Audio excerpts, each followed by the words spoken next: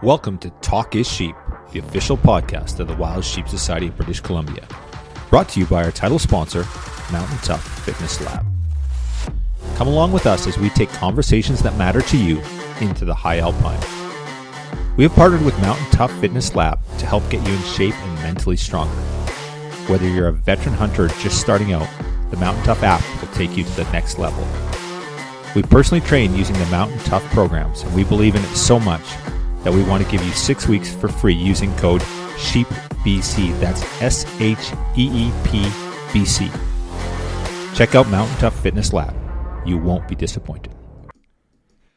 Oh, Mr. Rensmeg, how goes the battle? It's going swell. How are you? A little stressful times over there on the island life? Yeah, it's not. It's been a couple of weeks. It's been fun, but is it snowing up north? It's getting cold in Prince George or what? Oh, man. These past few days have been terrible to be someone who works outside. We're just dealing with freeze thaw like crazy and the slush. And today it was on and off rain and snow all day. We still got a couple of inches, but it was just slush marching around all day. So hopefully we hit zero and just stay there for the next 6 months. But here we are. Fair. And how did you make out on your deer hunt this weekend? Connor get himself a buck, or what's going on there? Oh no, that poor boy. We keep getting him in on deer. I think we're into about 10 he could have shot. He took a shot this time for the first time on a deer and missed. It was the fifth deer I got him in on, and yeah, I don't know. He gets buck fever a little too soon. I think he's got no problem shooting bears and birds, and just the ungulates elude my poor boy. He's holding out for sheep, but he's looking for that 10-year-old ram he's going to get this fall.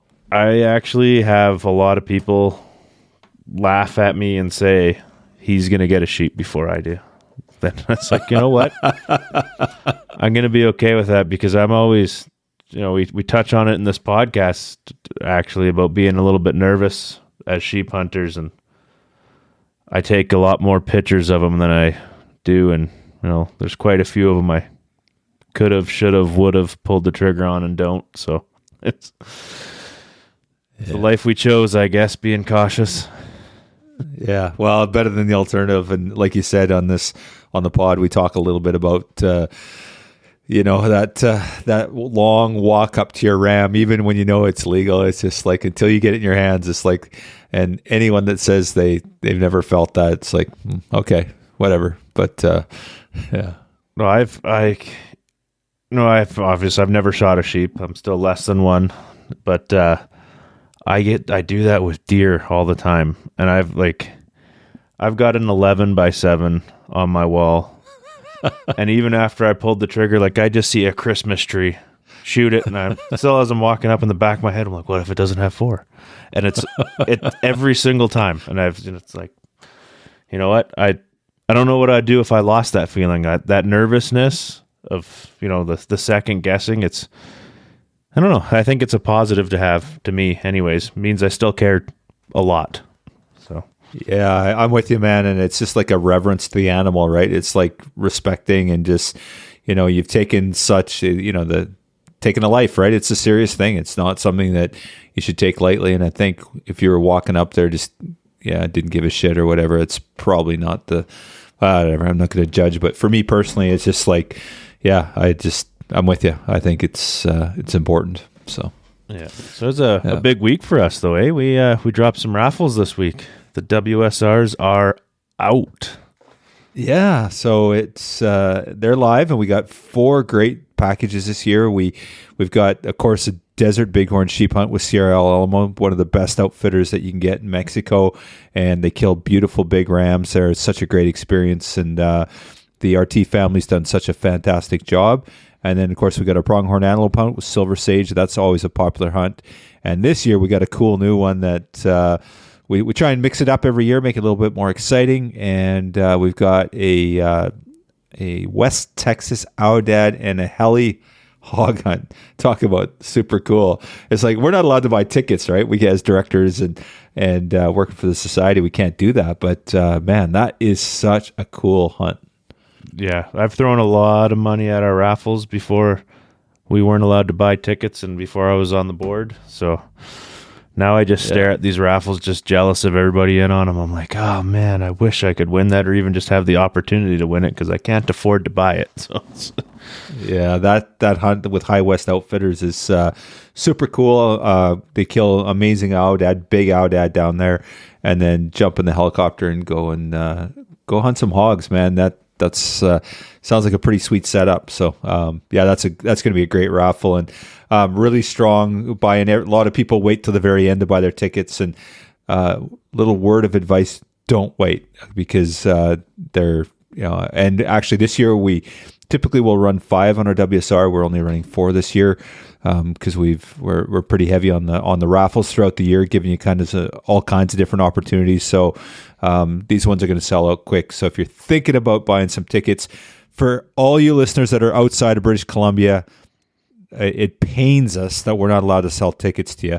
The BC gaming rules, they have this thing that you got to buy the ticket when in British Columbia. You don't have to be from BC, but you have to be on the terra firma here. So unfortunately, if you're from outside the province, why don't you come up and visit Greg and I? We'll buy the whiskey and buy some raffle tickets, and you can get them at the show. Our Mountain Hunting Expo and Salute to Conservation's February 22nd, 23rd, and 24th. That's a great excuse to come up to BC. You can get some tickets for wild sheep raffles there, and then have a great time with us as well at our event. Yeah, not to be ignored. On top of those hunts for the WSRs, Barney Sports Cellar has put together another incredible ultimate sheep camp for us. That thing, it's got everything you need to, except, knowledge. It gives you all the equipment you need to walk into the woods and go on a sheep hunt, basically. Like, it's one hell of a package, and yeah, that's all. They always do an outstanding job with that, and we can't thank Barney's enough for that. Yeah, incredible support, and they got a beautiful rifle on that. Previous years, in the early days, we weren't offering the rifle with it, but this one comes with a Sacco 90 Peak stainless rifle, a 6.5 Creedmoor. It's got a Steiner scope on it, and just a great setup and all the gear that you need. It's got a full Sitka suit, so rain gear, everything. So like you said, Greg, you buy that, you got it all. You don't need to do anything else. It's all right there. So great opportunity to own the best gear on the mountain. So great package. Yeah, we still have the Big Boar Memorial Raffle and Memoriam of David Marsh, and that rifle is put together by Don Lynham and Gary Flack, and it's got something special on the serial number there. Kyle, what's going on with the serial number on that rifle we're giving away? Yeah, so this is a one-off. So Don is, what can you say about Don and Gary? Like, Don has sponsored this for ever since we lost Dave, and he's always been, it's been so important that he does this. And so this is a cool rifle. It's 280 Ackley improved, but the serial number, like you said, is, so Don went out and he contacted Defiant, and he got a Defiant action on it, and then you can get the serial number that you want. So as long as they register the serial number and they just put numbers together, and he specifically requested 2023 WSSBC. So this is such a cool rifle already. It's like almost a $9,000 rifle. It's worth over $8,000, and then it's got the WSSBC 2023 serial number. So, but that thing, like it always does, is it's one of our most popular raffles. It's 60% sold out, and it's not going to see the light of day. So if you're thinking about raffle tickets for that one, do not wait. Trust me, it's going to sell out. So, yeah, no, it's a beautiful piece of equipment, and yeah, Don and Gary, they always do an amazing job. And off the top of my head, I couldn't even take a guess at what they've donated to the society in terms of firearms over the years. So it's thank you to both those gentlemen. Yeah, absolutely. Yeah, and it's cool. You see Corey, Dave's spouse. This comes out every year, and she's always just, it means a lot to her to see this legacy continue in memory of Dave as well. So yeah, hats off to you, Don, and Gary. Thank you guys for all you do, and again for all those that support this raffle too. Such a cool raffle, so thank you for all you do. Yeah, and we still have the registration is wide open for the Mountain Hunter Expo and Salute to Conservation at the end of February in Penticton. Register, pretty cool. Don't miss it. Yeah, it's pretty cool. Like every day there's new stuff that, we're doing a bunch of really cool stuff this year. We've moved down to Penticton. It's February 22nd, 23rd, 24th. We've got whiskey tasting on the 22nd. We just added a new thing this week. So Matt Ward's going to lead the charges in a ruck in Okanagan Mountain Park. It's called Run in the Park, and it's a outdoor backpack experience. And the winner's going to be all win a bunch of prizes, and it's bragging rights. So it's our first annual outdoor race. It's on the Thursday, and so go run the race. I think it's 10 to 15K through Okanagan Mountain Park, and then come back Thursday night. We got whiskey tasting, and so that's going to be a great night. That's been really popular. We've had a lot of signups for that. So we get 4 ounces of whiskey. We'll have some of our own branded whiskey there that we do every year. And then we're going to have premium cigars available. There's Wild Sheep Society BC etched mugs, whiskey glasses. Sorry, I guess there I go, drinking from whiskey from a mug again. Dedicated. Yeah. And then, of course, we got our Sheep Hunter University on Saturday and Sunday, or Friday and Saturday, sorry. And we're just adding new things every day. So today we just confirmed Adam Yonke's going to do it's interesting on the Sheep Hunter University. Is like, one of the things guys don't talk enough about are boots and foot care. What do you do? Like, how do you buy the boots? What boots do you need for what application? How do you take care of yourself in the field? And you can definitely overboot yourself. You can underboot yourself too. And so Adam's going to run a seminar on that. I just got another message tonight. Lauren Wood's going to do a ballistics and basically seminar on load buildup. And so a really cool seminar there. But of course, there's all the people that we signed up beforehand. Aaron Snyder from Kafaru. We got Julie McQueen from Carbon TV. We've got Wardo. Matt Ward's going to do a seminar. Adam Foss, Frankie Foss, Rachel Attila. So it's a great lineup of people, and you don't want to miss out on our Sheep Hunter University. And then stick around for our banquet, man. That's we got a Friday and a Saturday night banquet. And we got it all packaged up nicely for you over on our website. So come join us. It's a great time. We talk about the Wild Sheep family. We talk about that on the podcast tonight. And we'd love to have you sample it.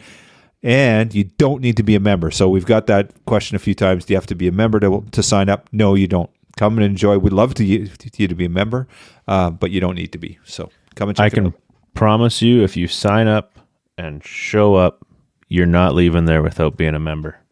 You will have the time of your life. You'll want to join the board of directors. No, that's what happened to you, right? Your first one, and then you signed up for the board, didn't you? Or did you? Yeah, I didn't make it much longer after the first show before I was like, yeah, I need to be there. And then Here I am still dragging it out. No, yeah, awesome, man.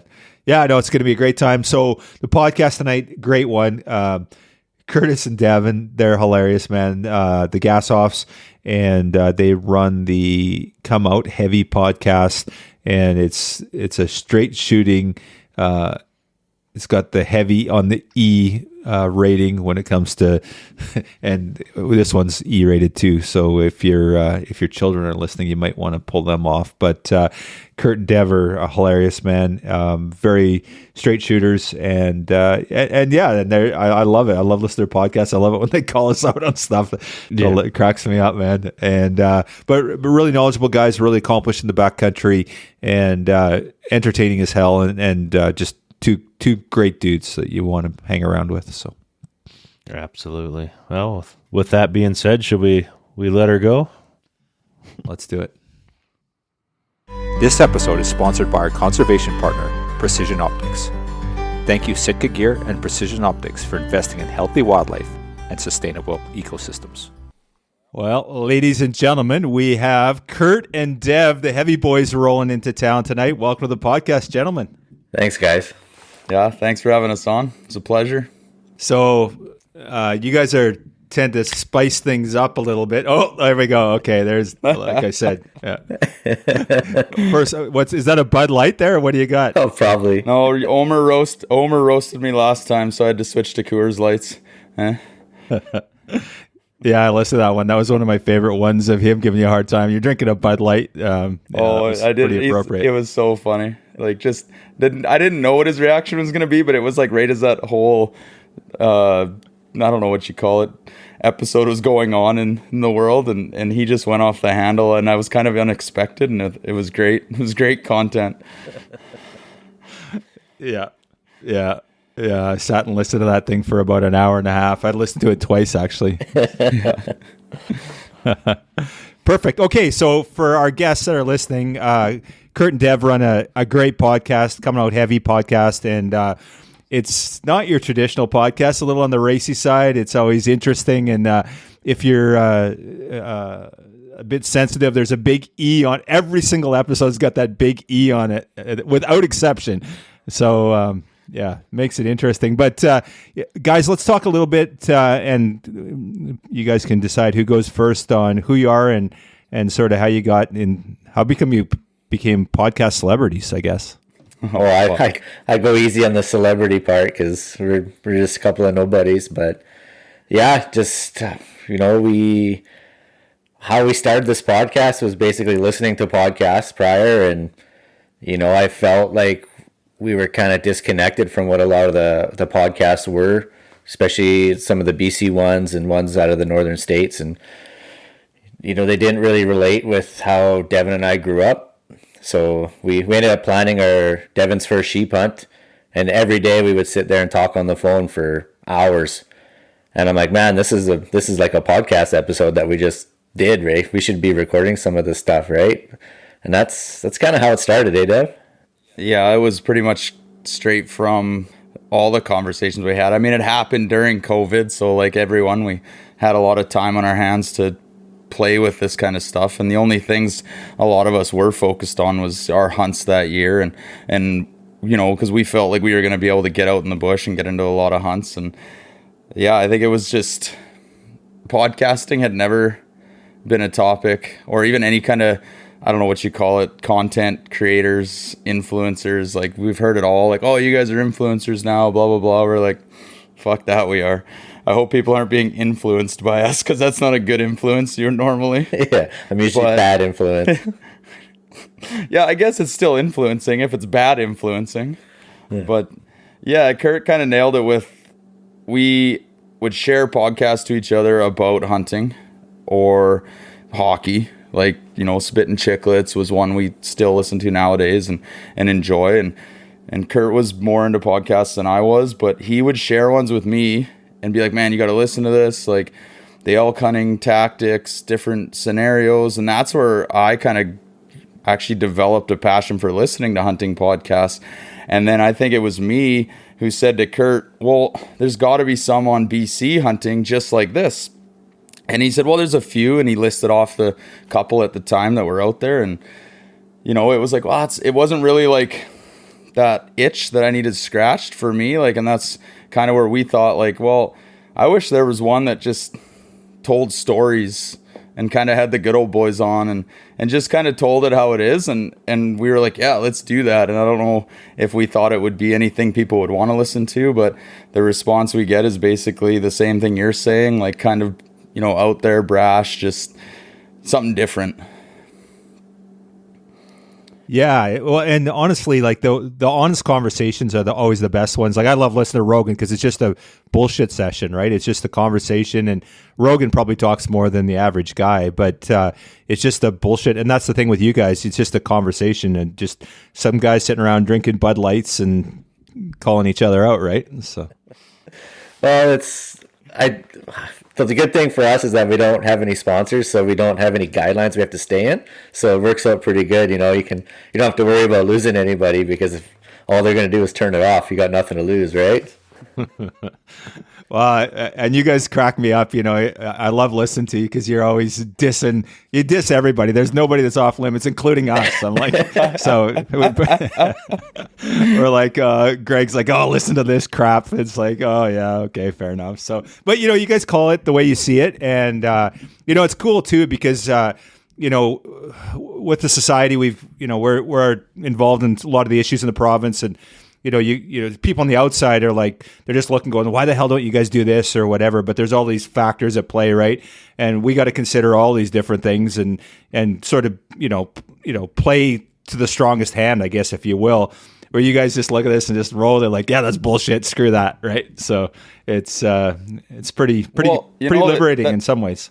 Yeah, well, that comes from, like, honestly, like, we've always said, and if we had ever, you know, not dissed anybody, but like be critical of like what something, say, the Wild Sheep Society did, it was we also, you know, back it up by saying we love being a part of the Wild Sheep Society, and it's the organization that we think everyone should, you know, support and join and follow along with. But at times, like you said, you guys have to be careful on your end because it's an important organization to run. But there's a lot of us out there that have these mixed opinions, and half the time when we say something a little bit on the controversial side, we also just need to be educated too. So what it does is it brings up these topics that we need to learn more about, or maybe someone corrects us and then we have good conversations on.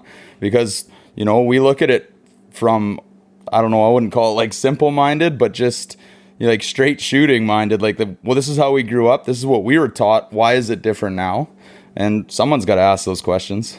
Yeah, no, it's a good point for sure, Dev. And, you know, a lot of the stuff that you guys say, it's great because a lot of people won't tell us that, or, you know, you hear one director will hear one thing. But, you know, for example, the raffles at Sheep Week or Sheep Show, you know, you're like, you know, you guys need to do the better job. And I listened to everything that you said on that podcast and I wrote it down. And that's formulating what we're doing this year, right? We're thinking about that. And, you know, and we need more of that stuff. And we get, a lot of people feel bad. They know our directors are volunteers. They're out there hustling and doing all the good work. And they don't want to call you out and tell you it's bullshit, but we need that once in a while. We need to be told, hey, you're not getting it right. You need to do a better job of that. And, you know, those are tough emails or tough calls to take sometimes, but that's what makes us better. And if we don't have that feedback, we'll never do better, right? We'll just be the same old shit over and over. Yeah, we don't mean any harm by any time. Usually it's me, the one making all the chirping comments.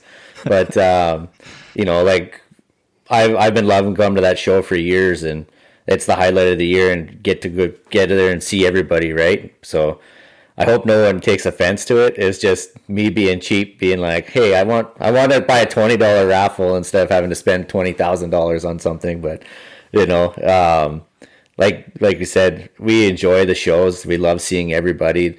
You guys put on an event that's second to none, and, you know, we all look forward to it every year to get down there. And, you know, it is, we all appreciate the hard work that you guys do all year round too, because I don't see anyone else really, you know, putting their neck out there and doing stuff like this like you guys do. So the question for you is, are you guys coming to the show? And like, we've got this podcast studio, and I heard, so Omer said the only way he's going to set up booth is if you guys are like the premier podcast in the event. So, and he told me that he's like, come out, heavy boys are doing a podcast. I hope you don't have a problem with that. And I said, no, that there, he's like, it's absolutely critical, man. I'm like, oh, that's of course. So that's the question. Are you guys doing a live podcast on the show floor, or what's the plan there? Well, Omer better supply the beer then, if that's what he's saying. We got a booth for you. We're building one just for Come Out Heavy. It better fit a Yeti 110 in it. Yeah, it's like Field of Dreams. If you build it, they will come, or what? Huh? That's what we're hoping. We also want to see you guys in the backpack race. Well, of course. I think that has to change this year. I think you should have to shotgun a beer, spin around and do 10 circles, and then do the race, because then it's fair. I think you should have to take a breathalyzer to go in the backpack race, and if you don't blow over a .08, you can't enter the race. That's even better. Yeah. True athletes. That's got to be the stipulation. Yeah.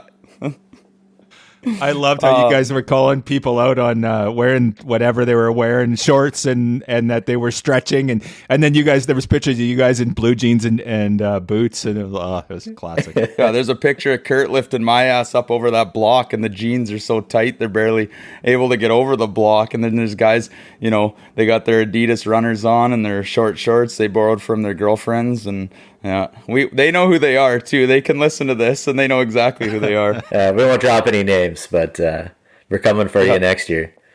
And if we can't beat you, then we'll Tanya Harding you in the parking lot. That's the only reason you guys on this podcast, because we're afraid of getting Tanya Harding by you guys.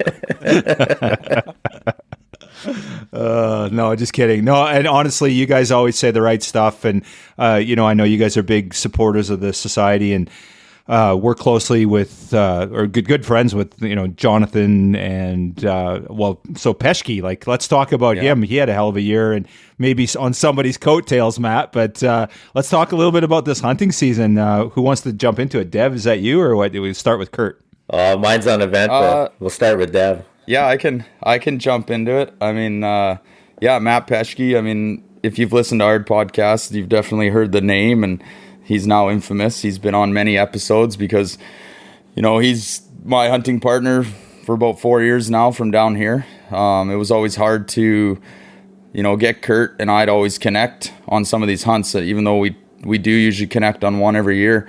It is nice to have a local hunting partner. And, the funny thing about Matt is he wasn't even a hunter 6 years ago. And, now Matt Peschke is an avid hunter, I would say, if not a bit of a fanatical hunter. Like meeting myself and Kurt and being introduced to us, and it took him from, I'm hunting only for, meat for my freezer, I want to be an elk hunter, maybe I'll hunt some deer, to when the first year he hunts with me and he has a mountain goat tag, had no intention of hunting the zone. I knew the unit and was like, no, we're hunting that unit. Showed him what mountain goat hunting was all about, and it flipped him from basically chasing big ungulates that were easier to fill your freezer to being, okay, when are we going sheep hunting? Like, it went from that to, how are we going to go sheep hunting? When are we going sheep hunting? Listen to our podcast, and was like, I really want to do that now, and then dove right into it. So, and now, I mean, Matt's, I don't know what level of life member of the Wild Sheep Society is, but he is a life member, and he might even be like a higher level one too. So, it's a pretty inspiring thing to see a guy get into it that late and then recognize, what organizations to support, what type of hunts to go on, and, how passionate he is for, sheep hunting, glassing for mountain game, and that kind of stuff. And an absolute gear junkie. Like, this guy is on another level when it comes to picking and changing gear and, finding the best gear for the best price, all that stuff. So, yeah, he's dove right in.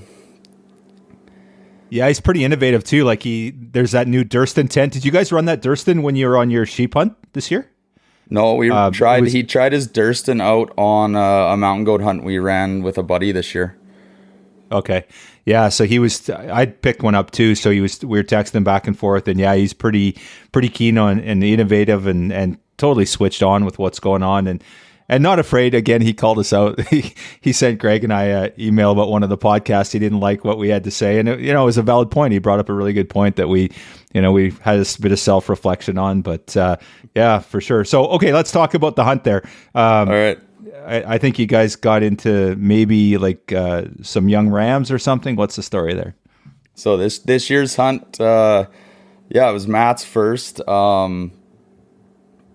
We decided, wanted to just do a hiking, right? So didn't want to spend the money on flying, didn't want to tow a jet. Well, we don't have a jet boat, but didn't want to rent a guided jet boat in somewhere. Didn't want to quad in on anywhere, maybe get horse guided in or whatever.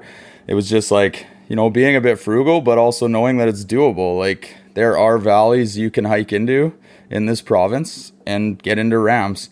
The valley we chose, we didn't know if there were, any serious rams in there of age or anything like that. But we kind of just picked a couple dots on the map and had some backup plans and kind of went for it. Knew that the hike in, based on a few guys we had chatted with on forums and just different messaging, kind of asking about the terrain, just being like, well, is it doable? Are the creeks passable? Are we going to get in? And a lot of the comments were, yeah, there's not a lot of guys that'll go into that country on foot that way. And to us, we were like, perfect. That means that it's going to be the limited amount of people where we are. Not saying there'll be nobody, but we're hoping to eliminate somebody. And Matt was really, Matt was really looking for the full sheep experience. So this was my third trip. I did 2 previously with Kurt, and he wanted, the things going into it. His first sheep hunt, actually his first sheep show that spring. So, getting his hands on horns at the sheep show in Kamloops. He went to a few of I think he did the horn aging.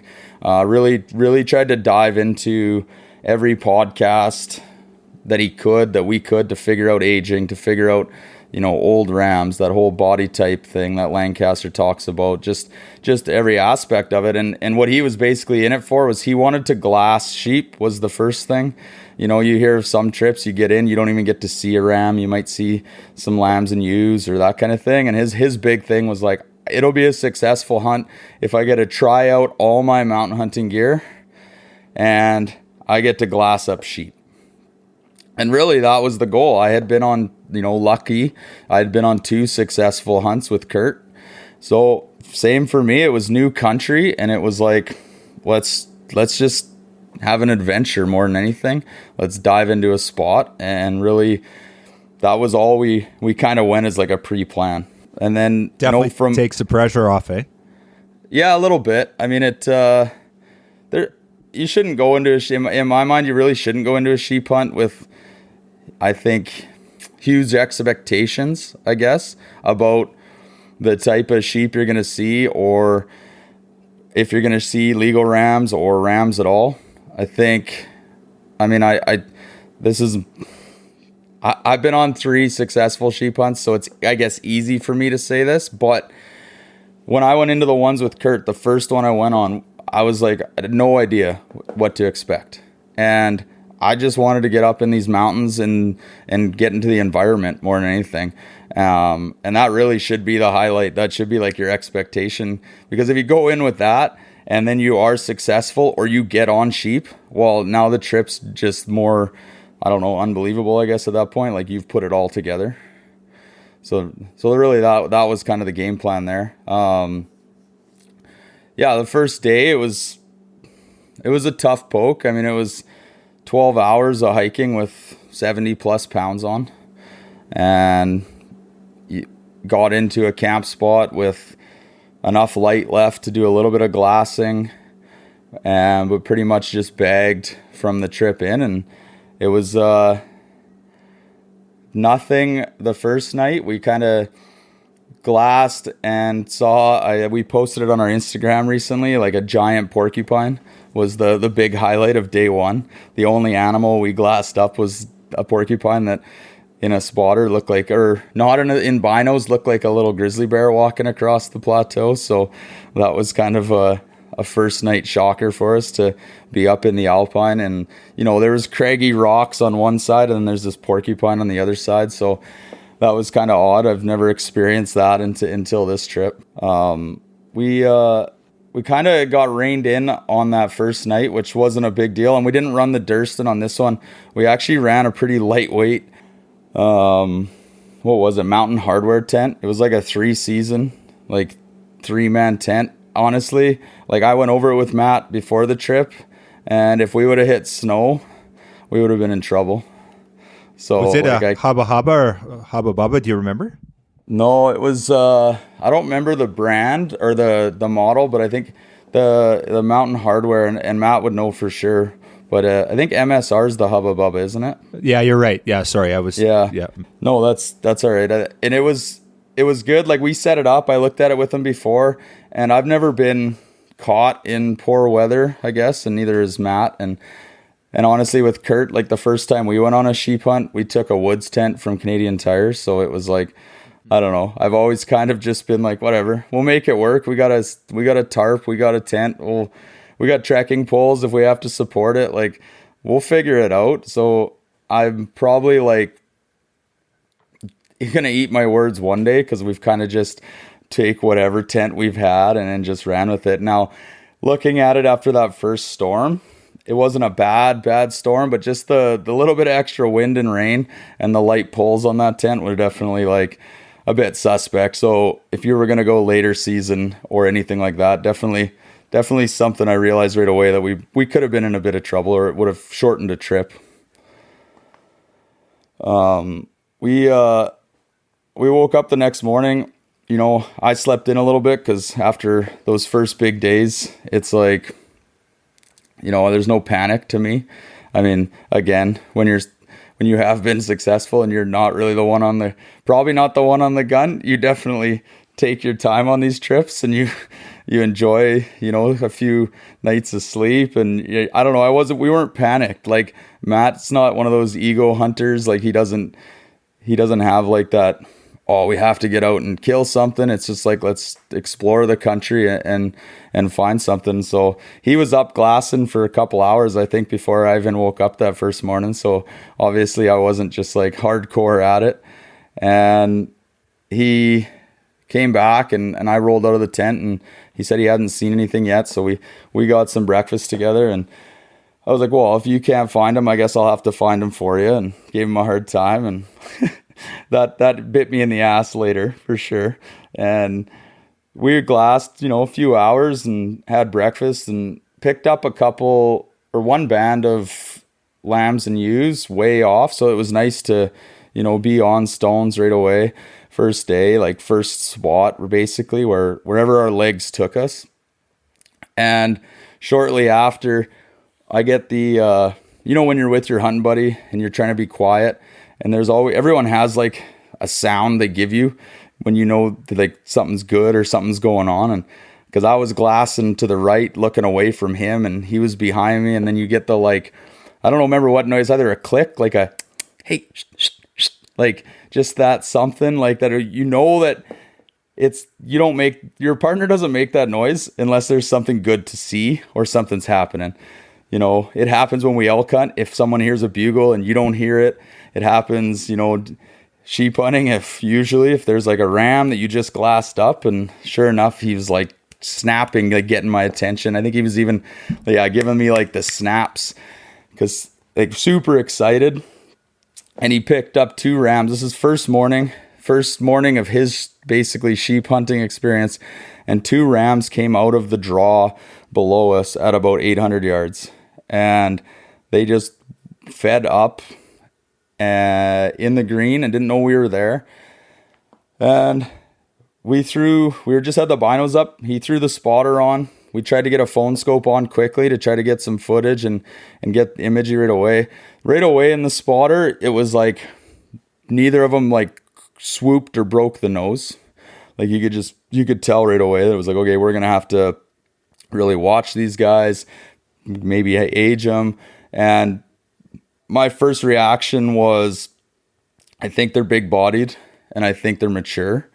Like just the way they were walking, and not that I've seen a ton of sheep, but just from videos and all the times I have seen a few small rams and a few larger ones, just the way they were acting, I was like, dude, these look like good rams. Like, and you know, I showed footage of it to our good friend Johnny Nykirk, and he was like, oh fuck, like a guy like that was like, oh, that guy's legal all day. Like you know, people who have seen sheep, they just have it where they're like, oh, that's an old ram, you know.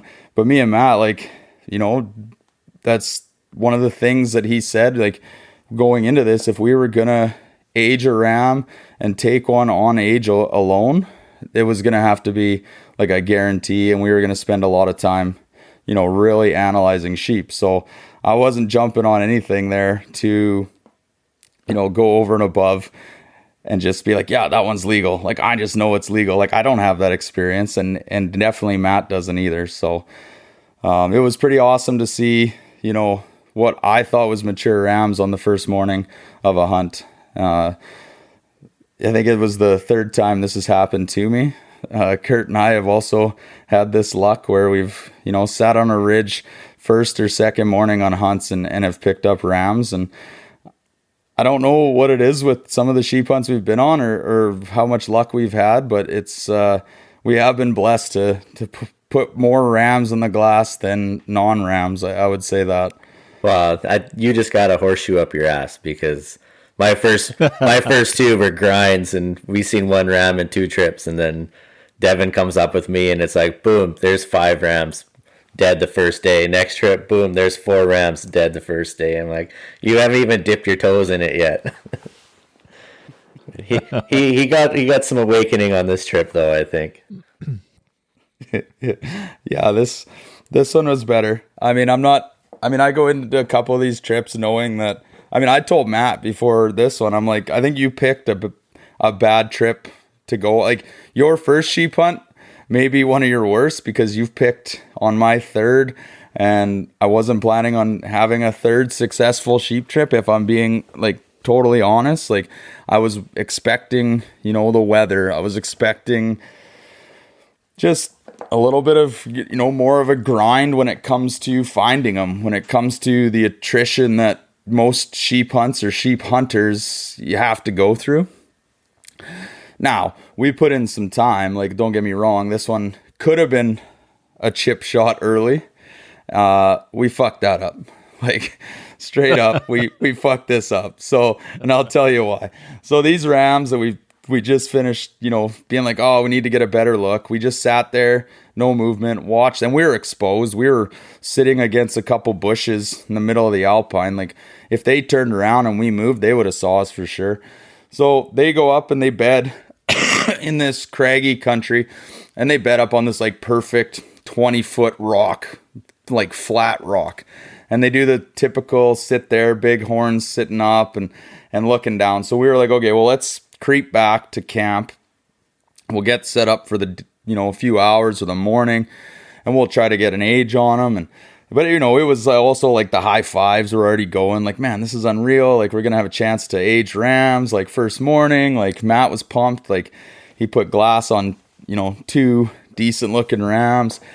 So we get back to camp and we check. The rams are still sitting there, and they're probably like 1.5 kilometers away. And, we were like, the sun was just full sun, like bluebird, mid-August day. So we were like, we're going to get pounded by sun. So let's put up a sill tarp, and we'll be able to just hang out in the shade and watch what these rams do and see if we can, with the mirage and stuff, we weren't sure if we were going to be able to get a good age, but maybe we'll be able to make a play and get closer to them or whatever. So we put the spotter on them, leave it, and we throw a sill tarp up. And we spend 5 minutes doing that. And then all of a sudden look back and they're gone. Like, probably because we were moving around. Or most likely they probably saw us flash the tarp, or just too much movement. Like, you could see us in a straight shot. And one of us didn't keep eyes on them, so we didn't know which way they went. We didn't know if they went up, if they went right, or they went left. So, to say the least, we were kicking ourselves, being like, you idiots. Like, you just had 2 legal rams on the close side of the mountain, and now you most likely just blew them to either the back side of the mountain or out of the country. So what went from like, oh yeah, this is wicked, we picked an unreal spot, to like, oh, you're dumb, really quickly. That's pretty awesome, though. Like, such a learning experience like that. That's something you'll never forget. Like, a mistake. Like, I could think of so many fuck ups over my sheep hunting career. And for Matt, right? Like, he experienced that. He's like, oh, okay. And like, but you'll never forget it. And it's one of those things where you can tell someone about it, but they'll never understand it until it actually happens to them, right? Well, I think I read or heard something later, maybe like listening to a podcast or a clip on the internet. Maybe it was from you, the Wild Sheep Society or something, but I think I learned something that a sheep sees blue like really well. like blue stands out. And when I thought about that, I'm like, fuck, Matt's fly on that Mountain Hardware tent was like a bright light blue. And I'm like, oh, fuck, that like 100% it was just this like sail blue claw. So if they were like, those rams probably had done the same feeding cycle for the last 2 weeks or who knows. And they probably have been going down feeding and going up and bedding. And that older one probably looked down and was like, what the fuck is that? And just was like, oh, I know what that is. Let's get the fuck out of here, and just left. Like, I almost guarantee that's probably what happened. Like, we picked up our tent at that time and moved it behind a bluff and like kind of hid it from the mountain for the rest of the trip, just in case other sheep or they came back around. We just did not want it to be seen again. So yeah, it's like the small things always, right? Whenever you make a mistake in any hunting situation, you always go back to like, fucking idiot, we shouldn't have moved. We shouldn't have take our eyes off them was the big one here. Is like, okay, rest of the trip, if we pick up a sheep that we want to keep eyes on, if they're in our sight at all, one guy has to have eyes on them. That was like the rule from then on. Is like, if someone else is going to go make camp or do something, someone has to know where the sheep are. Like, that was the rule going forward on the trip. So we kind of spent the rest of that day after, deciding what was going to be the best play to maybe pick up those sheep again was, well, we'll just look on fat maps and we'll see what holes we think they might have just crawled around and hid in. So we spent the rest of the time that day just looking in different areas, picked up some ewes, but picked up 0 rams after that morning. So a little bit disheartened to what we did and the opportunity we basically at that time thought we gave up. Yeah, it's tough, when that happens. But so where'd you go from there? You guys pick up and move country or what? No, we we decided. I mean, this was supposed to be our rest day. After your first big day in, you usually do like a round camp glassing day, and we didn't hike around too much. But the next morning, we basically said, okay, we'll check the one little bowl that we can see on the front side of the mountain range.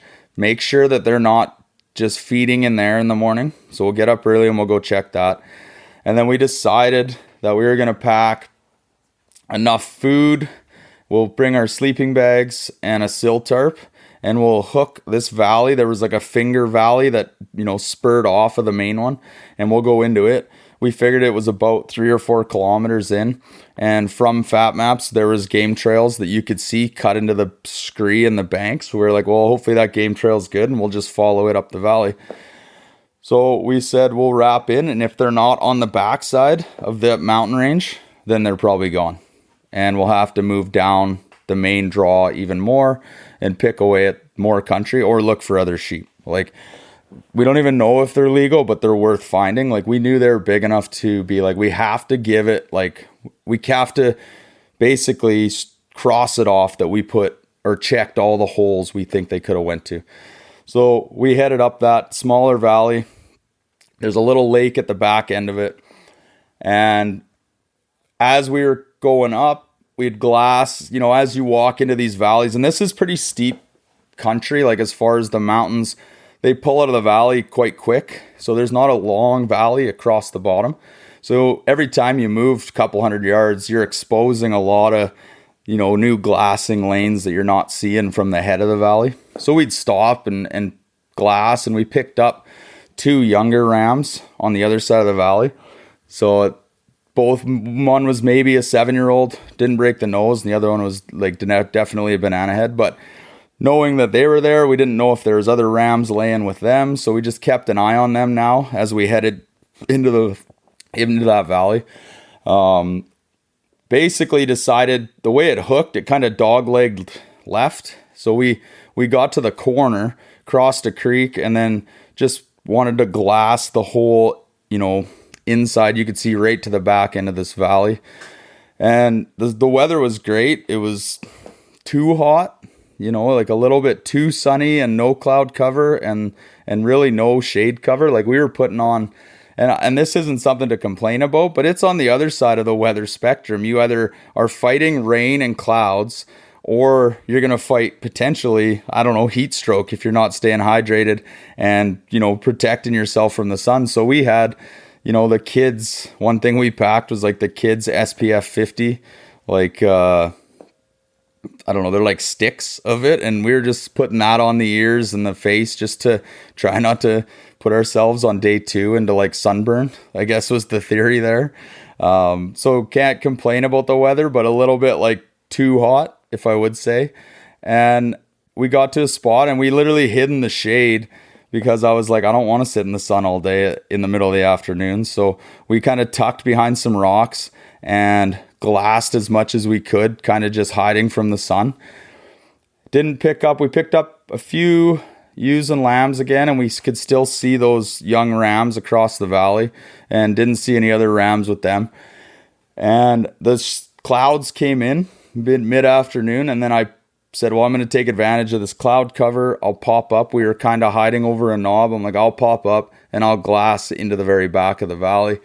Well, it took me maybe 20 minutes. I picked up 15 ewes and lambs down low, and they were kind of just like right, like this back part of this valley was like straight cliff wall and then just scree and then greenery. And they were just like a whole group of them was just lined all along the scree. They were bedding. They were kind of the ewes were playing around and the lambs were jumping around. It was kind of neat to watch. But I was like, man, that's a lot of sheep over there. And I hope like the big ones, like I wonder if they'd be around. Well, I'd kind of just looked up higher in the cliff bands and I picked up 2 bigger bodies and I was like, oh shit, that they look bigger than the ones I've just been watching. And, I just had 15 powers and we're probably about 2 kilometers away. But I was like, okay, looked at them hard enough and I was like, rams. Like you could see it. And I'm like, and it's 2 of them. And they have a decent body size. So kind of leading to like, this is where they went. And this was basically up and over the mountain we chased them off of. So ripped back. Matt had the spotter.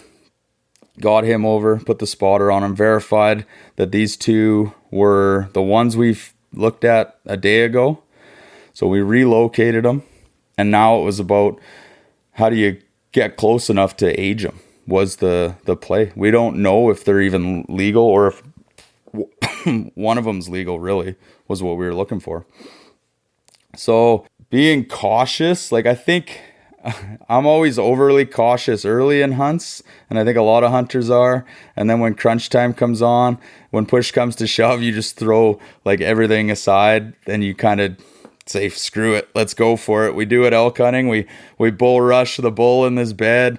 But for the first day, you're like, oh, it's so quiet. You don't break that many sticks. Oh, we don't want to put too much pressure on them. But like so that's kind of the mode we were in. We already blew them out once. So I'm being like pretty hesitant. Like, I don't know enough about sheep in this kind of country. Like where Kurt and I had hunted before, we had cover. Like we were able to sneak through trees. We were in areas where you could use the terrain to block your line of sight with them, and even get in both the hunts Kurt and I were on, we could get into shooting range and be completely undetected just from the terrain that allowed it. Whereas on this hunt, these rams bedded halfway up the mountain and could see the entire valley below, and we were just staring at them. So I had no idea as if they saw any movement that wasn't sheep, would it blow them out again? And that was like the inexperience. Like I didn't know.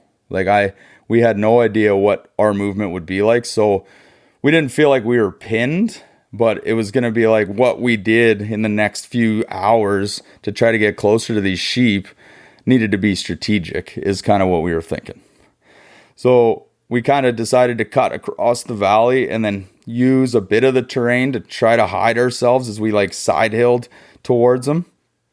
And we got maybe a kilometer. We might have cut it in half, and then really felt like we ran out of space to move towards them, and thought, well, they'll probably get up from bed late evening, and then hopefully they'll come down closer and feed. And then while they're feeding, we'll be able to close the distance.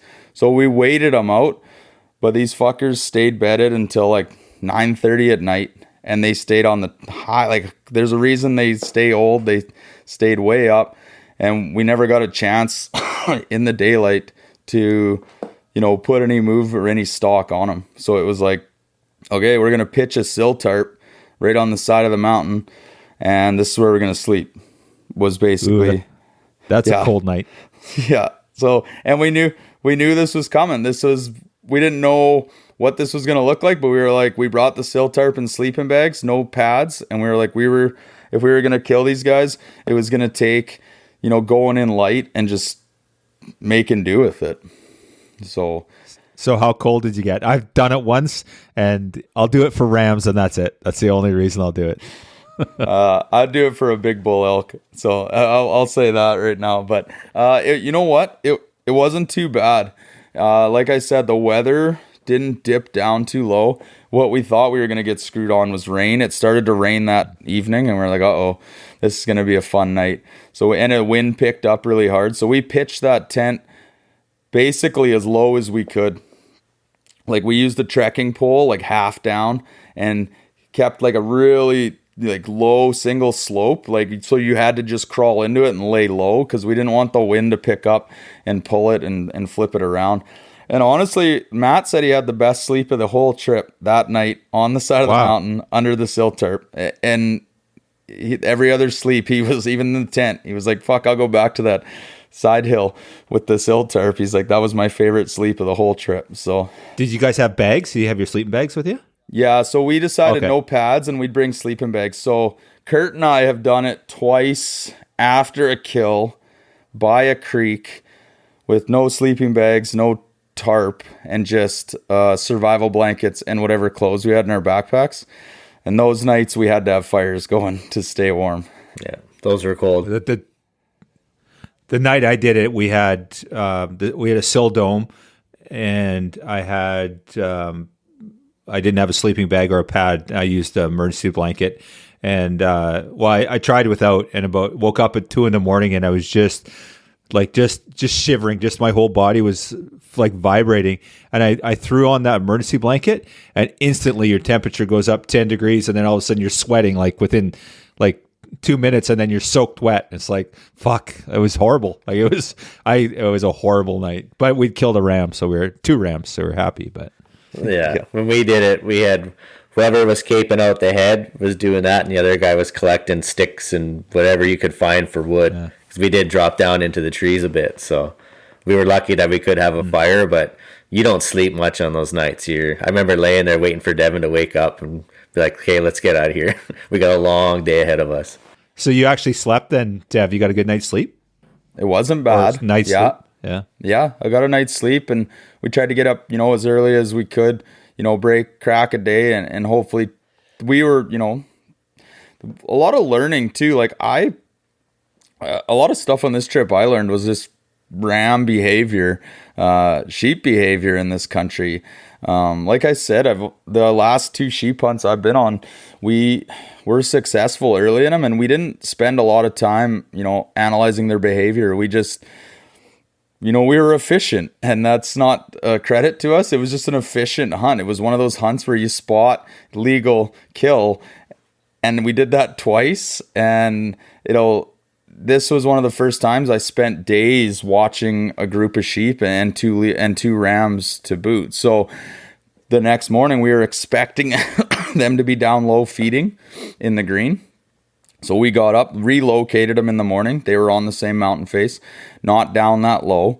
And we were like, fuck, okay, well, we're going to have to push closer then, and we'll try to, close some distance. So we packed up camp and pushed closer, and we went over. You know how, like, that sheep country, as the mountain transits into the valley bottoms, you get those rolling little ridge bands, like little finger ridges that you can, like, hide behind.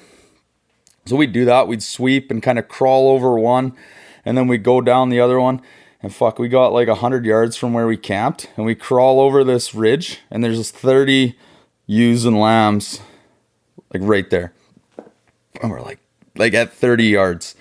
And I'm like, fuck, like, and not knowing I'm worried, like, if we blow them and they run across the valley, I don't know what kind of signal that sends to these rams that are basically calm, like they're just running their regular day up there. So we froze and kind of waited the ewes and lambs out. They finally moved off, but by that time those rams went to bed early and they were in inaccessible terrain again, 3/4 of the way up a 1,000-foot mountain. Like, they were way the hell gone again. They bedded down. We put them to bed. So this is the second day in a row we've put them to bed, and this is about mid-morning, and we only packed enough food for this day from our main camp. So now the decision was, how many days are we going to put on these rams? And we haven't even identified if that one's legal. We pretty much identified, like, we had a lot of glass on them, but we've pretty much identified one we don't think is legal, and one has a very high possibility. We almost certain he's legal, but we haven't got that, full confirmation. So we're not even in, like, I guess we'd like say like kill mode. We're not even like, let's try to find a shot. We're still in like, let's try to find a good glassing spot and the right sunlight to make sure that he's as old as we think he is. So, Matt and I talked, and he has probably less patience for things than I do when it comes to, being in the woods. And usually just when it comes to like, let's go do something else. Let's not spend too much time in here. Like, so, and I'm fine with that. I mean, it's just as much his hunt as it is mine, if not more, like one of his first ones. So we kind of put the plan together that we'll go back to main camp and we'll get more food. So we decided we'll drop all the camp gear and we'll just rip back. And being light like that, we were able to get back in probably an hour and a half or 2 hours. Got back to our main camp, had some lunch, restocked up on food, but just enough for that night and the next day, like 2 more meals, not like 3. Just like, if we don't get it done tonight or tomorrow morning, then we're done. We'll come back and we'll go somewhere else. That was basically the play. So we go back in, we relocate our gear, and throughout the day we were talking about what our strategy was going to be. And this is where I'm tired of tiptoeing around the valley playing cautious hunter went away. And Matt actually came up with why don't we just walk straight across the valley? We'll walk straight at the lake at the other end, right underneath them. And if we blow them out, we blow them out, or they probably won't care and they'll just let us walk underneath them. And I was like, sure. I'm game for anything right now. Let's just do it. So we just like separated ourselves like 50 yards apart and lumbered across the valley. We didn't tiptoe. We didn't act like a predator. Like, that was the big thing we decided, was like, let's not act like a wolf or a cougar where you're like stalking around. Let's act like a caribou and just walk like kind of fumbly, just like a human, just lumber across and see what happens. And after we got halfway across, we kept checking on the sheep and they were just chewing their cud, bedded down, middle of the day. We're like, all right, they don't care. Well, we get 3/4 of the way to the lake and Matt's ahead of me maybe 50, 60 yards. And I see him like freeze because he bumped something. And I come up over the ridge and he's stampeded off a group of ewes and lambs. Like, they'd taken off like flat run. And we're both like, fuck, there's no way. We just fucking blew the whole valley now. Like, there's something that chaos is going to ensue. So we throw glass up on the rams and they're none the wiser. They're not even paying attention. And you know what? I throw that to, like, I bet you those ewes and lambs in this particular valley get spooked and run around like idiots most days of the week. And those old boys are probably just used to the women and the kids being a pain in their ass, so they just don't pay any mind to them. And that's kind of how I look at it. I mean, you guys have been in sheep country. Does that sound plausible? Yeah, sounds pretty natural, all that. Every aspect of it, actually. Yeah, I've experienced that a few times where the lambs and ewes take off and the rams are like, whatever, not my problem. Yeah. So, I mean, that was a learning experience. I mean, now I know, like, it's funny. You go on another sheep hunt and I might have too much confidence and be like, oh no, you can just walk right up this valley. They're not going to move. And then sure enough, those ones will probably blow out of there. But at least you have that option. So we blew past, we got to this lake, dumped camp, and just had like, I don't know, it was like mid-evening, early evening. And we cruised down the creek draw which had really good cover. And we kind of got to a point and they started feeding in really good evening light. Like it was just right on them. So we finally got Matt's spotter and we're able to finally age that guy that we thought was legal. And we really spent, a ton of time finding 8 rings visible. He was broomed, and, talking to guys over the years and being involved in different counts with the CIs and just different things. I basically said to Matt, if we can't find 8, even though we know he's broomed, we basically can't shoot him. And even though he could be aged, I think we really need to make sure that he's going to have 8 rings, and that's what we were looking for. And we also decided as hunting partners, if we're both not confident, then we shouldn't take the shot. And that was the other side of it. Is like, that was our rule. If one of us was like, no, he's fucking legal, and the other one was like, I don't know, man, I wouldn't do it, then it was a no. So that was really what we did. And we analyzed and we phone scoped and took more pictures than we needed to from every other angle and really compared them and found the 8 rings we were looking for. And at that time, it's a fun moment because you talk to your hunting partner and you go, he's legal. And the other guy goes, yeah. And from then on, you're putting the spotter away. And now it's a rifle, right? Now it's like the next scope that's on him is a gun, because we've both decided now the play is just find the one. And he was a lot darker ram than the other one. The other one had a lot more white on him. So it was like, you're shooting the one that's not as white. So let's get Matt in a spot and get him to shoot. So that's, where I find it like really everything changes. Now you're at like, you're not searching anymore. You're not looking for legality, and it's basically go time. And that's a real fun point in a hunt when you're like, especially a sheep hunt, because you never know if you're ever going to find a legal one or you're going to find that opportunity.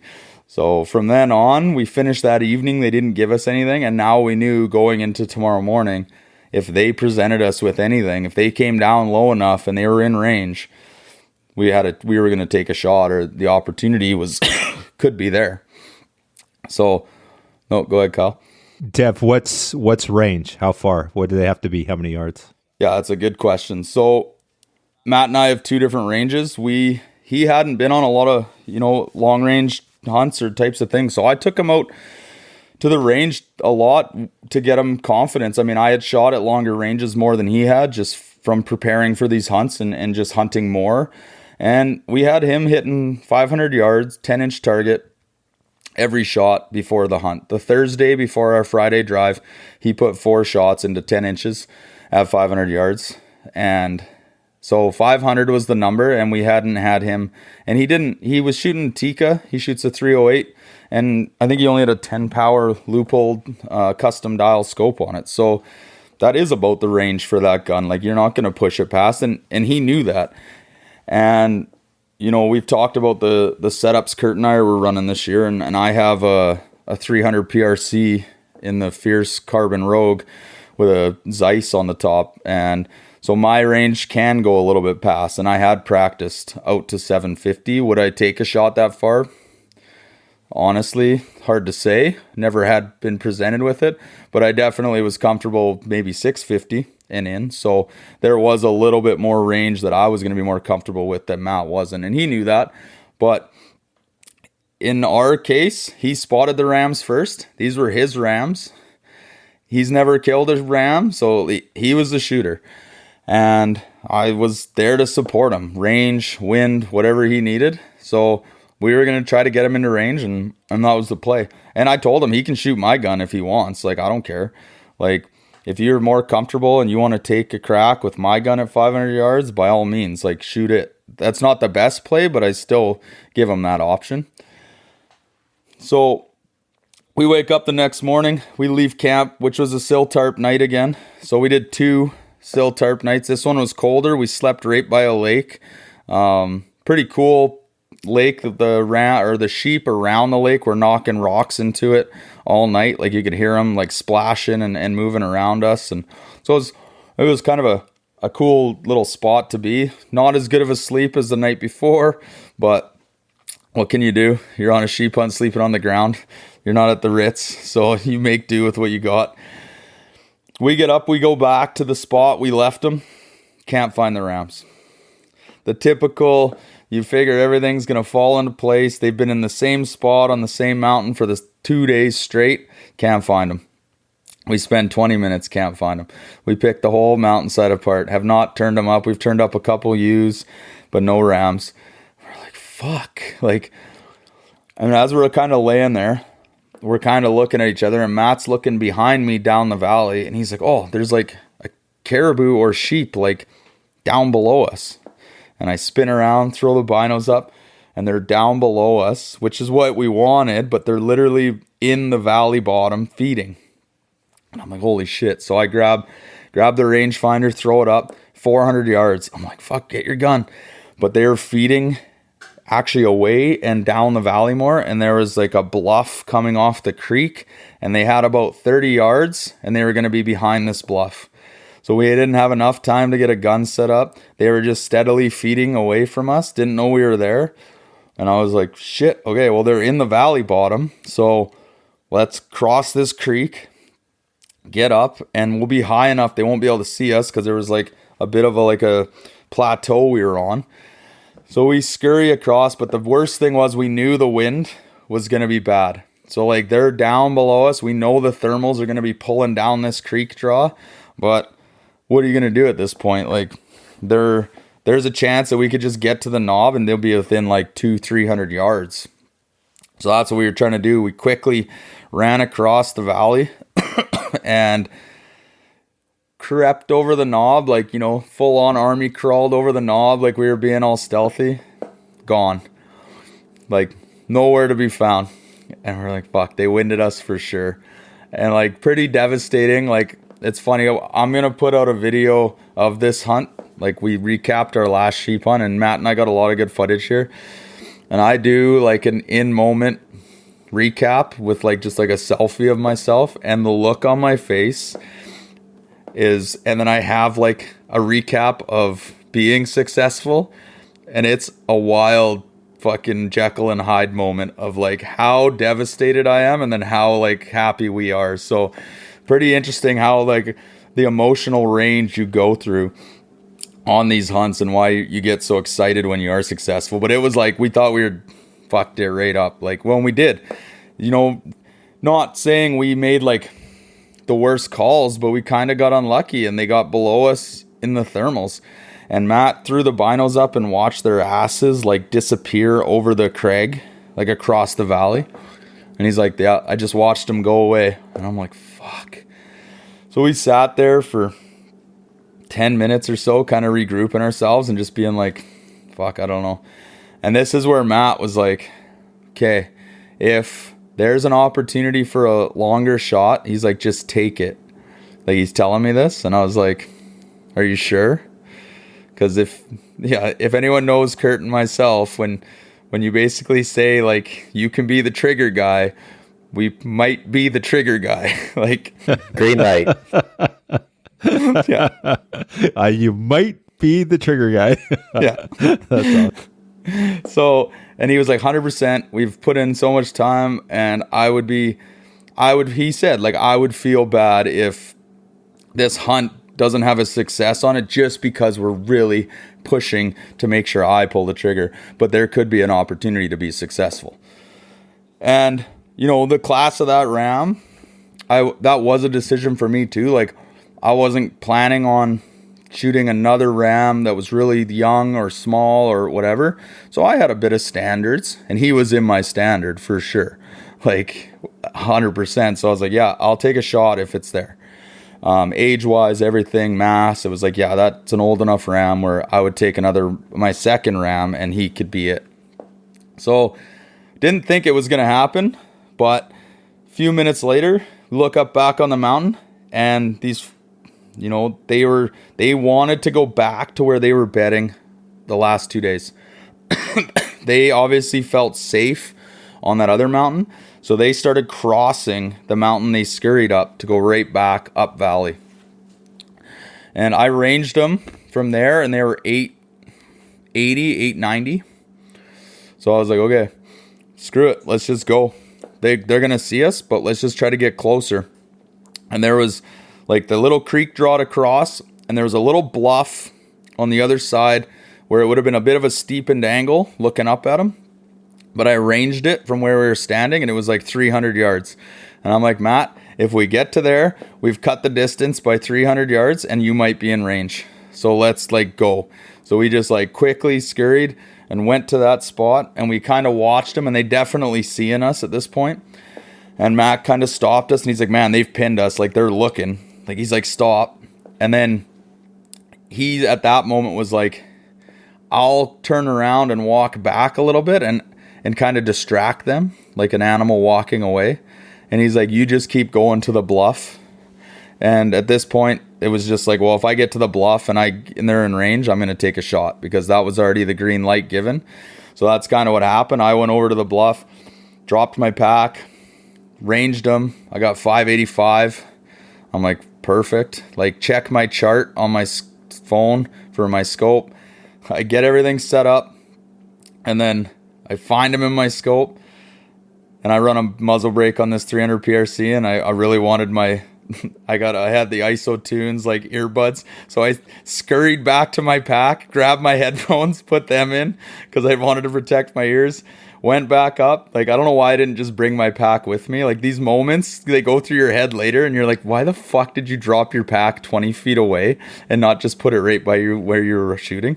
Doesn't matter. Just things I look back on in these moments, because I went back to my pack again.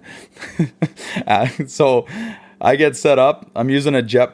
This is actually a funny plug, and I'm going to put it on Instagram again.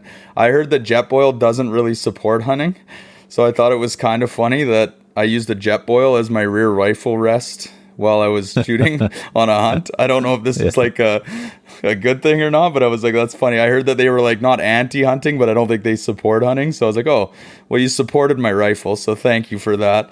But so I got set up there and, dialed the turret in. I didn't take the time, to look for wind or anything. At this time, it was kind of like, I felt like it was like go or no go situation. He was standing broadside facing up valley, and I just touched the first one off. I hit him. He spun, went a little bit back to down valley, and then he spun back and walked back to where he was standing and bedded down. And I was like, fuck, I must have hit him hard enough that he doesn't want to run anywhere. So then I load another one in, and now it's like a little bit of the old panic sets in at this time. And I jack another shell. I let one fly. I see it hit the rock over top of him. Jack another one. And then I don't think I pulled my bolt far enough back. And I like jacked no shell. And I went click. And I'm like, fuck. So I jack it far enough, put another one in, take a shot. I don't think I hit him with that one. And now I'm out of bullets, and this is when I have to go back to my backpack again. I'm like, fuck, you're an idiot. So I go back and get bullets, throw another shell in. Matt's way down the valley. He's hearing shots going off. He's just basically watching in his binos. He doesn't know what's going on. I settle in. I'm like, okay, take a good shot. I take a forced shot. I throw it over. I saw it go over his back and hit a rock again, like 2 inches high. I'm like, Jesus, man, stop jerking the trigger. Like, you already hit him once. You already had your range. So then I was just settling into like, okay, my fifth shot potentially. And then he stiff-legged, kind of just straight back, and then rolled down the mountain. So first shot did it, anchored him, killed him. But, I don't know how bad Kurt is for this, but it's real bad inside me. And it comes from our family of like, if they're not down, you let them fly. Like it's honestly not, I know it's not like the standard ethical taught way, but we've always been taught that it's like, if that animal's not down, you get it down with by any means. You've now basically started the process. You need to finish it. So I may fly lead quicker, or I don't know. Kurt, I think, has the same thing because I've seen him in the same situation. He can weigh in here and tell me, but I definitely let him fly. Once I'm going, it's like go. Yeah, I think once you touch that first shot off, there's no point saving bullets at that point. You just, I don't like chasing wounded shit through the bush. So if it's not down, empty your clip and empty it again, I guess, because the same situation happened to me on my first sheep. But I'm gonna blame my wind collar on that one. Go again. Yeah. Yeah. He told me the wrong direction. I'm like, what the fuck's going on? I'm way behind this thing. Must be really blowing, but yeah, I found out I was holding for the wrong wind. But that's another my story. left, not yours. That's another story. My left. Yeah.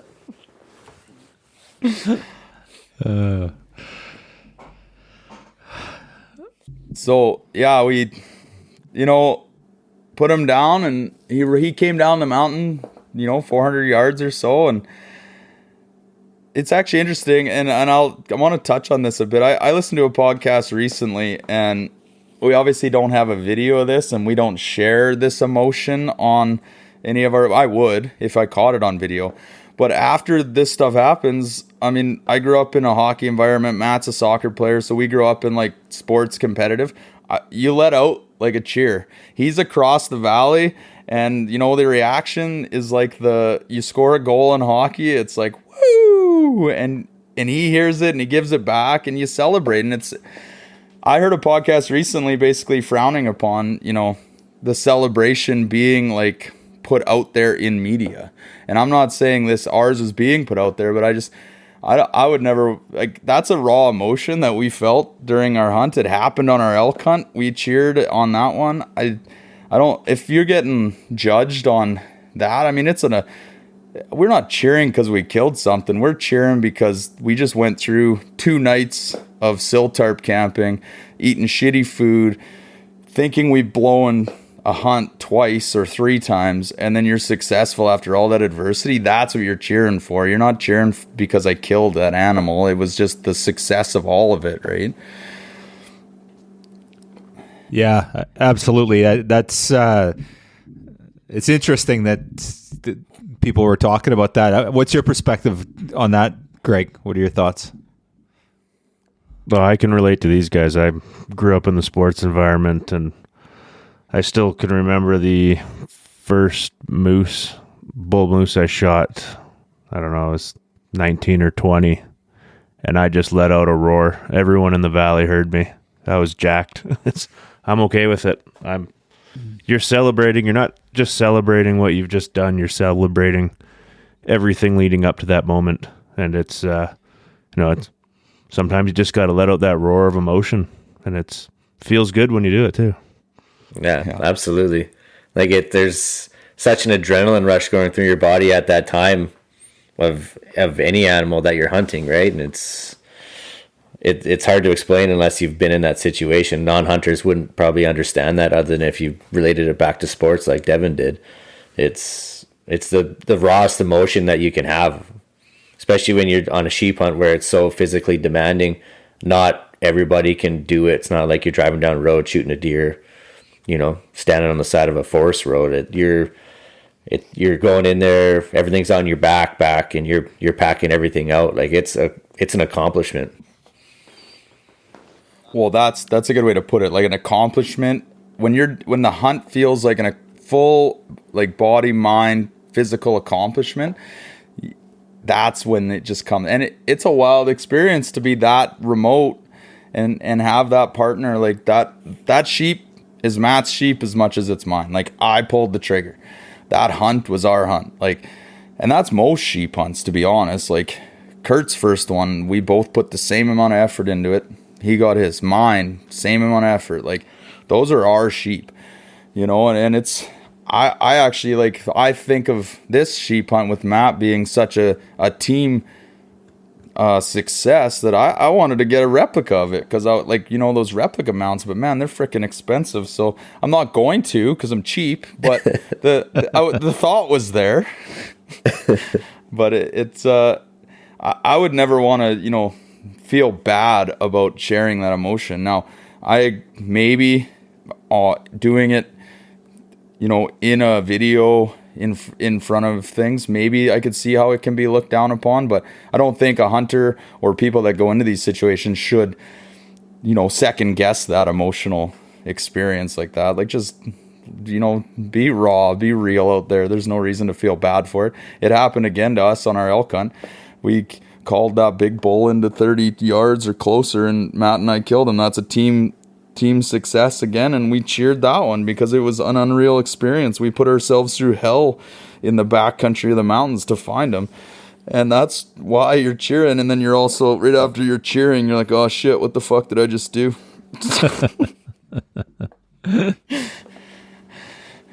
Yeah.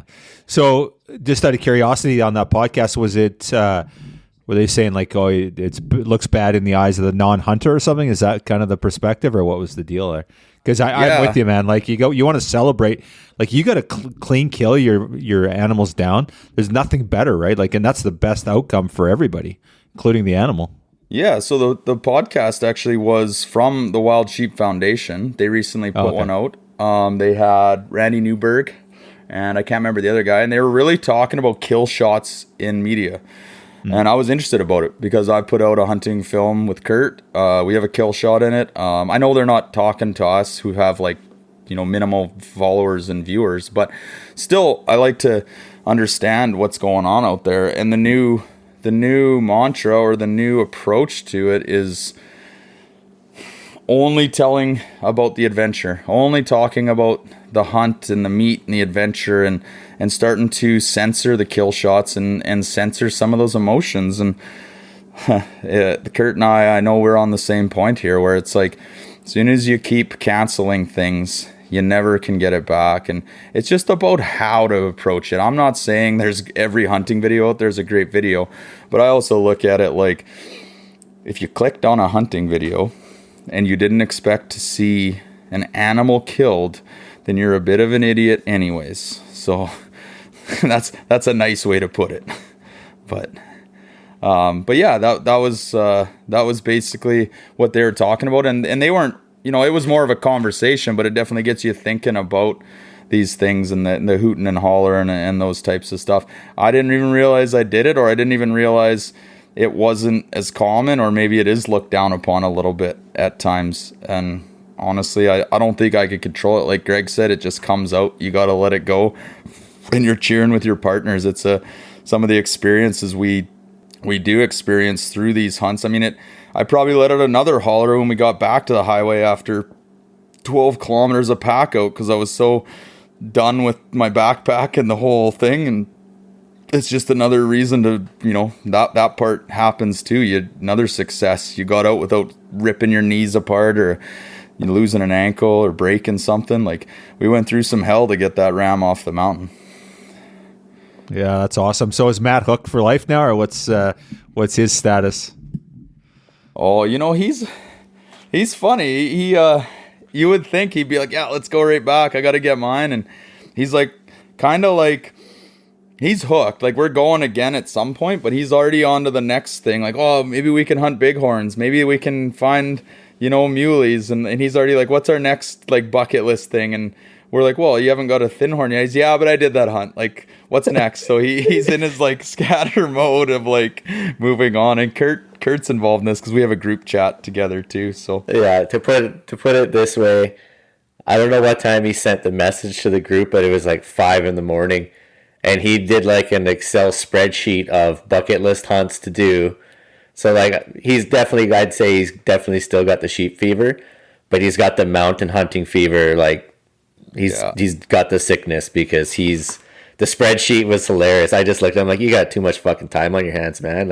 It's 5 a.m. What are you doing? But yeah, he's drinking the Kool-Aid now, that's for sure. Right on. Well, that's awesome. How's your time? I know it's late. You guys, are we going to keep rolling? There's been a big season. We're going to have you on for part 2 and talk about the elk hunt. Yeah. I'm good to keep rolling. Yeah, whatever you guys want. Yeah, I got lots of time too.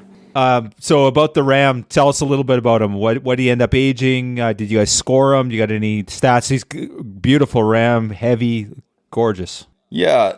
Let's also go back to I've talked about this on our podcast, and I would actually like to hear yours on this, Kyle, and I would expect you would be more confident than, an inexperienced guy like myself. But so you do all this work, you age them, you do all these things, and you're 100% confident that's a legal ram. And I still, to this third one on the ground, and I was still nervous walking up to him. I'm not lying, and Matt was too, and I'm like, dude, I don't know why I'm nervous, but I don't want to make that mistake, and I don't think we did, but there was this like 0.5% of doubt in the back of your mind that creeps in when you walk up to a sheep after all the events we go to and the podcasts we talk on, and there is a bit of pressure from putting yourself out in this space that you fuck up. It's a bigger fuck up than you're not in this space. So I'm always nervous walking up to him, and obviously it didn't matter, but have you ever had that experience, or do you know kind of what I'm talking about there? Dude, I am scared to death the entire time. Like until he's CI'd and the guy's like, yeah, you're good to go. Well, I'm exaggerating obviously, but absolutely. Yeah. And honestly, I think that's what separates you from other people that pull the trigger and like, yeah, whatever. It's like we care. We really, really, really care. And I'm not, maybe the people that make mistakes care too. I'm not saying that that's the case, but I think that's a good thing. I think that's a really healthy thing. And I think if you walked up there with cocksure, and I think that's kind of not the right attitude to have. Like, yeah, I'm with you, man. Totally with you. 100%. I mean, scared to death. It'd be real nice one day to just shoot an 11-year-old twister that breaks a nose by like 6 inches, right? Then you can just walk up. You can stop and have a fire and relax before you even get to it, because it's a no-brainer. But, like the 3 rams that Devin and I have been on, like all old rams, all mature rams, but 2 were broomed. And, you just don't know, especially for us being... we haven't laid eyes on thousands of rams like some of my buddies. And, I get in service, send a picture to my buddy that guides sheep, and he's just like, oh, dude, like, that's a no-brainer. I'm like, well, maybe in your world, but maybe not in my world, right? And, it's 11 or 12 years old. But at the time, you're just like, well, fuck, I know it's legal, but you just, I don't know. You just don't want to be the guy that, messes up, right? 100%. Yeah. Yeah, so we got up to him and, initially re-aged him at that time. Like our initial re-age was 10.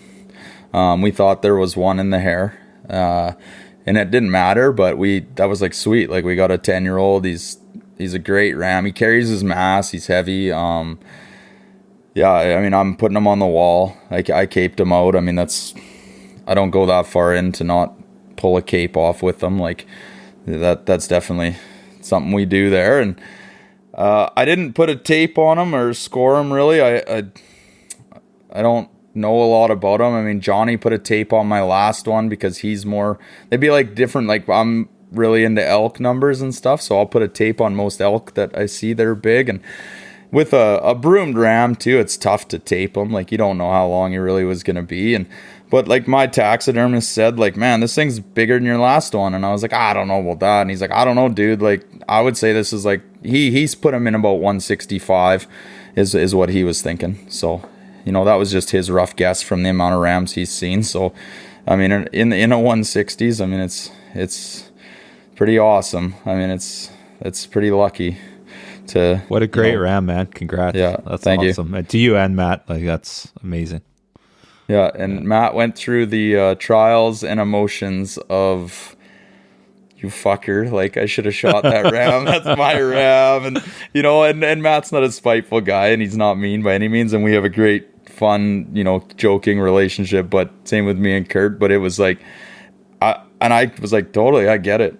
I would have been the same way. I mean, even Kurt, I remember, and it's not spiteful, it's not jealousy, it's just a little bit of envious. Like when we were packing out my ram and Kurt was walking behind me, he was like, you bastard, this thing's a pig. Like, I can't believe you killed this as your first ram. And, and those are fun jokes that's our relationships out there, man, where we are a hockey team out there. Like that, it's the same mentality. We win together, lose together, and when we are successful, we're still going to make fun of each other, and even when we're not successful. So that's just kind of why it's fun for us. It's just a big brotherhood out there. So yeah, that's awesome. So is there any envy, Kurt, or what? How are you coping with this whole Matt and Dev hookup? I'm glad that Devin's got someone to hunt with. That's for sure.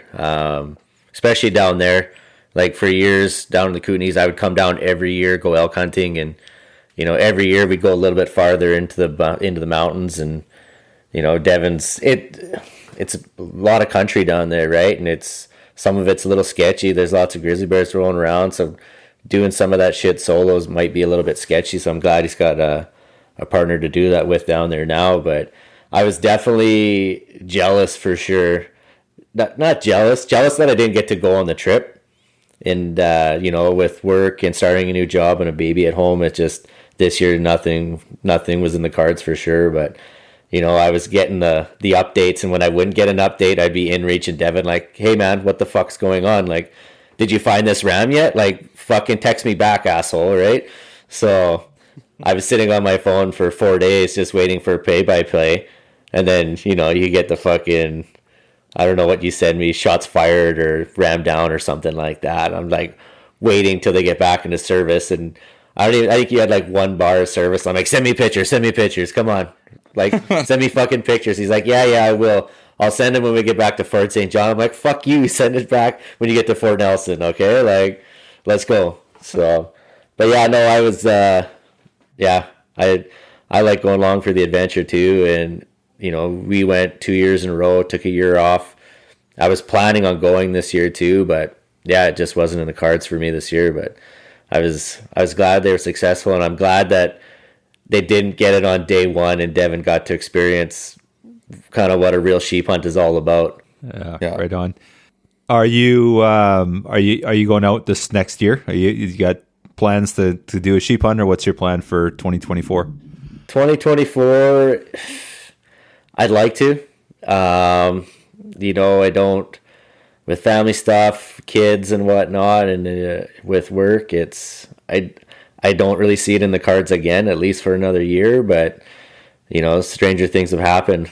We'll see. But as of right now, if I do, it might be a late season sheep hunt, depending on LEHs and everything too. That always seems to pull a trump card. If a guy gets a good draw, then your plans will change. But what about you, Dev? Yeah, back-to-back years of sheep hunts, I find are for the the normals like us, Kyle. We don't all sit on the throne of yours, but back-to-back years, I think it's nice to take a year off, because a lot goes into a sheep hunt.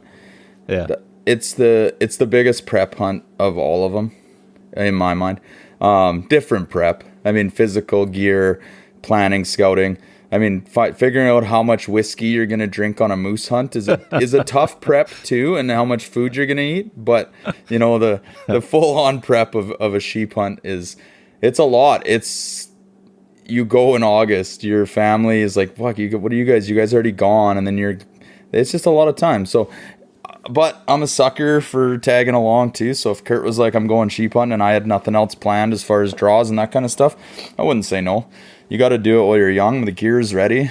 It's there's really no excuse not to, besides family and time if it didn't allow it. So I'm kind of game. I'm also the designated pack mule for stone sheep hunts for the foreseeable future. So I'm along for the sleep-ins. I'm along for all the fun stuff that comes along with because my stone sheep partners are going to be Kurt and Matt probably for a while. And I've killed a tipped and a broomed ram now. So there's no real reason for me to I don't have a real reason to kill another stone sheep, to be honest. I'm not saying I won't. I've said this before, but I'm not going to do it for a while. I can say that. Yeah, awesome, man. Well, congrats to you, and it's amazing ram, beautiful ram, well deserved. And I guess that Fierce was a good investment. You're pretty happy with the new rifle, eh? Yeah, the confidence went up to another level this year because of that. I mean, we got really confident with our Tikas. Like Kurt and I had spent a lot of time behind those rifles, and they were the reason we killed our first 2 rams, was a rifle that we were confident with. So it was a tough call for Omer. He twisted our rubber arms with his price points, and just that that sales tactic he preaches there. But the proof was in the pudding. They kept sending us groups and things, and at the sheep show, he was like, "You guys got to get into these. These are the guns for your type of hunter. You know, a little bit rougher. You don't have the budget or the need for a $10,000 mountain rifle. So if you guys are gonna upgrade and find a gun, this is the one." And the caliber kind of spoke to us. We're definitely, you know, large caliber, 30 caliber Magnum type guys. So that 300 PRC was kind of a no-brainer, although the 7 PRC was a close second. And yeah, it, you know, right out of the gate, as good as it shot and as good as we could shoot them, it was pretty hard to deny that I was going to be confident behind it. So makes a difference. Did you guys get Garrick to work up a load for you? You just use factory ammo. What do you guys do for that? Garrick did a load for me, and then I think he sent what he had for you, Devin. You tweaked it a little bit, didn't you? Yeah, I mean, not not a lot. So Garrick kind of suggested what he kept proving out in them, and I load my own ammo, so then I knew what I was gonna go with, and we ended up running 200 grain solid copper Barnes LRXs as our lead, and the powder charge I never even had to tweak. Garrick said try this, and I went out and grouped it, and the biggest thing I tweaked was just distance off lands as far as that for seating depths. And once I found a seating depth, that was it. It was actually really quick, and having Garrick, you know, give you basically 90% of the recipe. Yeah, I didn't really have to tweak anything. So yeah, he definitely set us up there to where this good starting point and basically a good finishing point. I mean, pretty nice resource to have for sure. Yeah, right on. Yeah, awesome. Well, gents, I'm not going to take any more of your time tonight. We really appreciate it. But before we let you go, what's on the horizon for coming out heavy? What's the plan? What can we look forward to? Well, it's a good question. Yeah, we don't really know. You know, when we started it, we were doing one every 2 weeks. It seems like the last year and a half, we've been doing one a month. But you know, I think we'll probably just keep status quo and keep pumping them out. You know, hunting season's always tough. You know, it's hard to get any content out, and you know, like we tried doing this, I think a month ago, and just no one's schedules was lining up right. But yeah, I think as far as I know, we'll just keep plugging along, Dev?